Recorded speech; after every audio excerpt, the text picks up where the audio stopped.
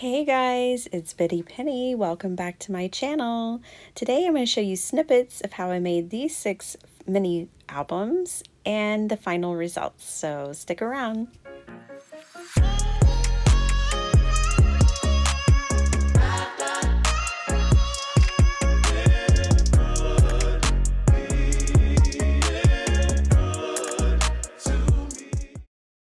Okay guys, so the brilliance of this mini album design came from Project 39 Mini Albums, Debbie, and I followed this tutorial right here, Camper's Mini Album.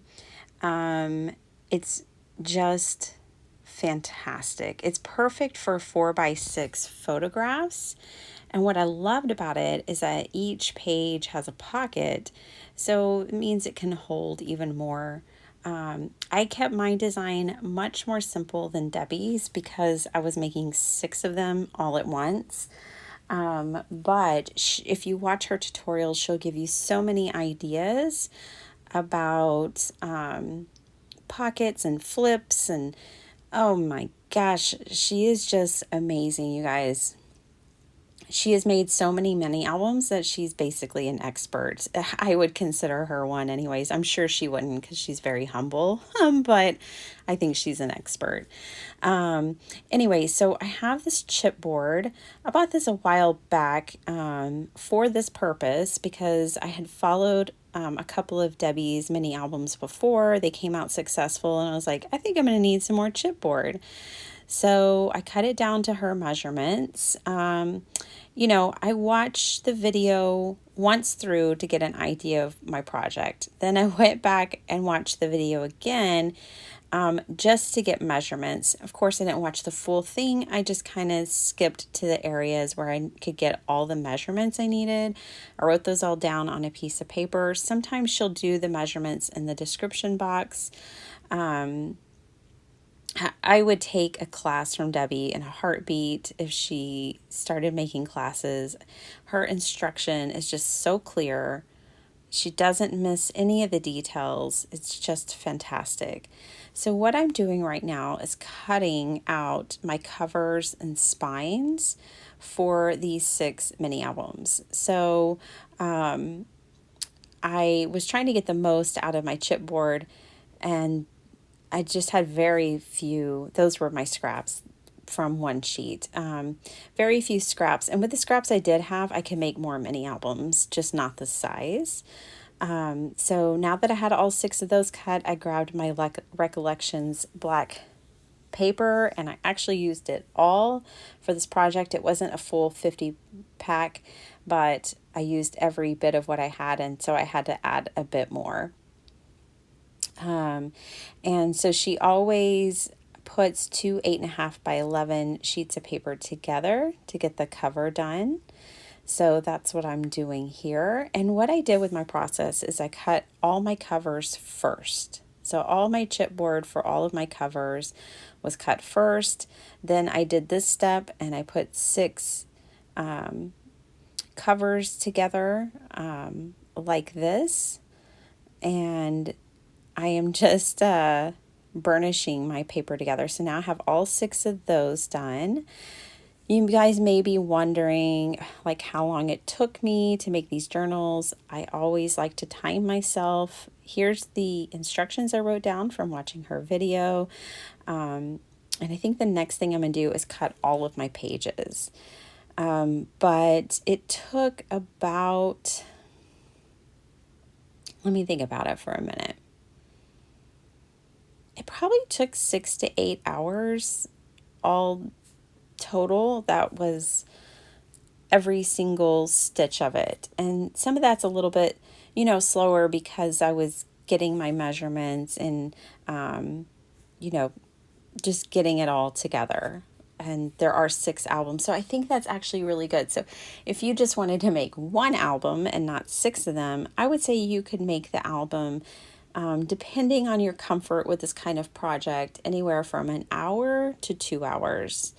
And they are so sturdy and just beautiful.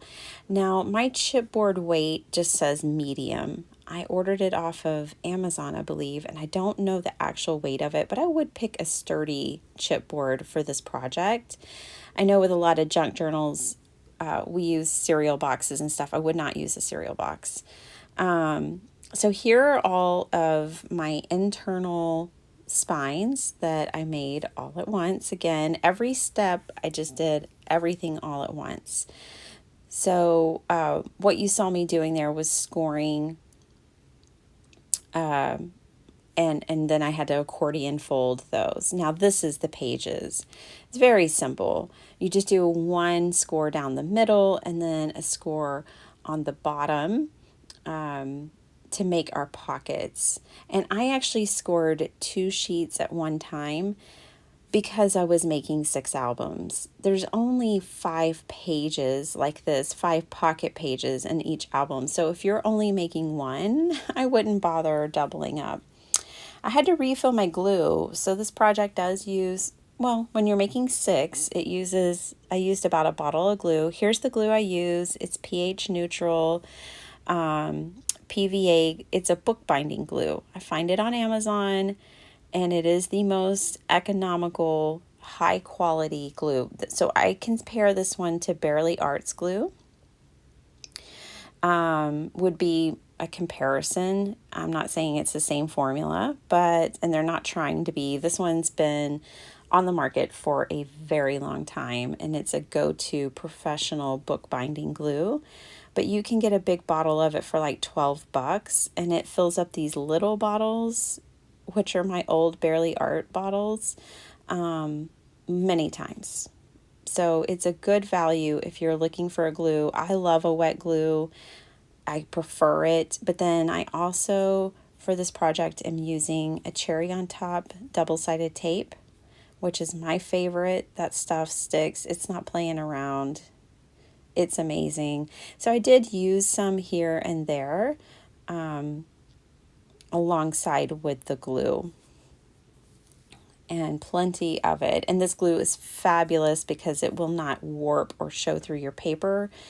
I stopped using art glitter glue a long time ago because I could see all my glue lines on my cards, and I just couldn't stand that. Like, you spend so much time on the cards, and then to see the glue lines, it just, I had to discontinue that glue from usage and searched out one that would not show the glue lines. And this is where I landed. So again, I'm just going to use some more double-sided tape. These edges here are the corners that are going to fold over to the inside of the cover. And so I'm just using a little bit of tape and glue for these. I really like how Debbie uses, like what I'm doing here, the pressure of pushing the board and the paper to get it to crease well. Ever since I saw her do that once, it just made my life easier, because sometimes, depending on your paper and things, it can tear when you're trying to crease it over and bend it like this. But I find that working those edges the way I was just doing, the way I learned from Debbie, I never get a crack when I'm creasing my paper. I like to use the double-sided tape with the wet glue because it just sticks quicker for me. I like to put glue over my double-sided tape so that if I need to remove it, I can. I think there was one journal, just one place where I needed to take something up and reposition it, and I was so glad I'd put the glue over the double-sided tape so that I could do that. So that's why I do that. And there is our cover, you guys. It happens so quickly. Here's our spine, our inside. This is the hinges that all the paper pockets are going to adhere to. And I am telling you, this thing is sturdy. And especially once I put this bookbinding glue on it, this thing is not going anywhere. Now from here, I'm just smoothing everything out, and I have to let this dry. So once those were dry, then I could go back and fold it and start decorating. So here are my 6 journals. I didn't show you the whole entire process. If you want to see it start to finish, Debbie has that video that I showed you a clip of. I'll also have it linked down below. And you can check out her video for the measurements and the instruction. I just wanted to show you a snippet of the process. And I want to show you what each one of these look like. I forgot to take pictures of them. It's all good. I have a video. That's enough for me. But I made these for our family members. Gave it to them at the family reunion so that they could collect some of their favorite pictures and memories and put them all in this album. I try to think of each person individually and things that they might like or colors. And here is what I came up with. I did put this, in this album I did put that pocket and I put these flaps. So here's another pocket. I put 2 of those, I think. And I really like these craft paper flap pages because they could write on those if they wanted, or they could add more photos. There's a pocket in the back. Lots of places for photos. It was only 6 days, you know, so I think these albums are kind of the perfect size just to capture some of the photos, some of the memories. That Texas logo came from, some of them have pockets on the inside, front cover as well, but that Texas logo came from Etsy. It was a printable. It was a digital printable, and I just sized it and printed it up.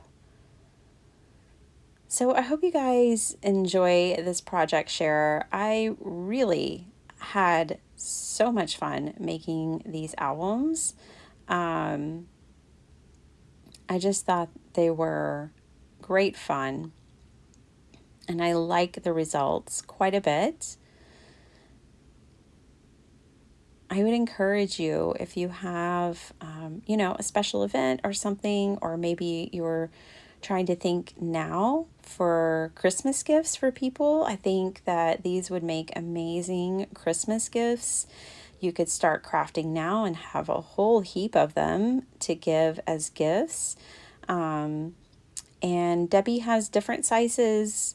And like I said, especially if you had more time than what I had, you could add all the pockets and flips and things that she does to make hers extra special. But this is the very basic version, and I do mean very basic version of what she created.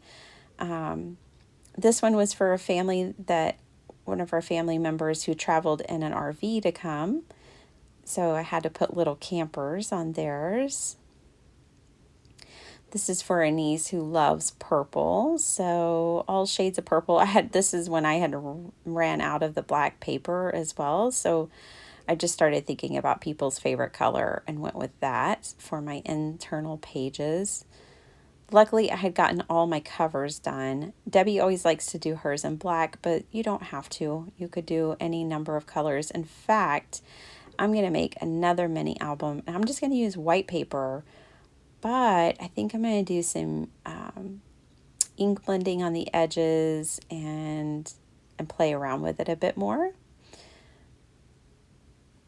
I love this one with all the bright colors. Isn't this beautiful? Oh, I love all these papers so much. It's very bold and just striking. Again, pockets, pockets, pockets. All right, guys, so that is it. Those are the 6 mini albums that I had talked about in my live yesterday and in my video where I made the cards that went into these. So I made matching card sets to go in these albums.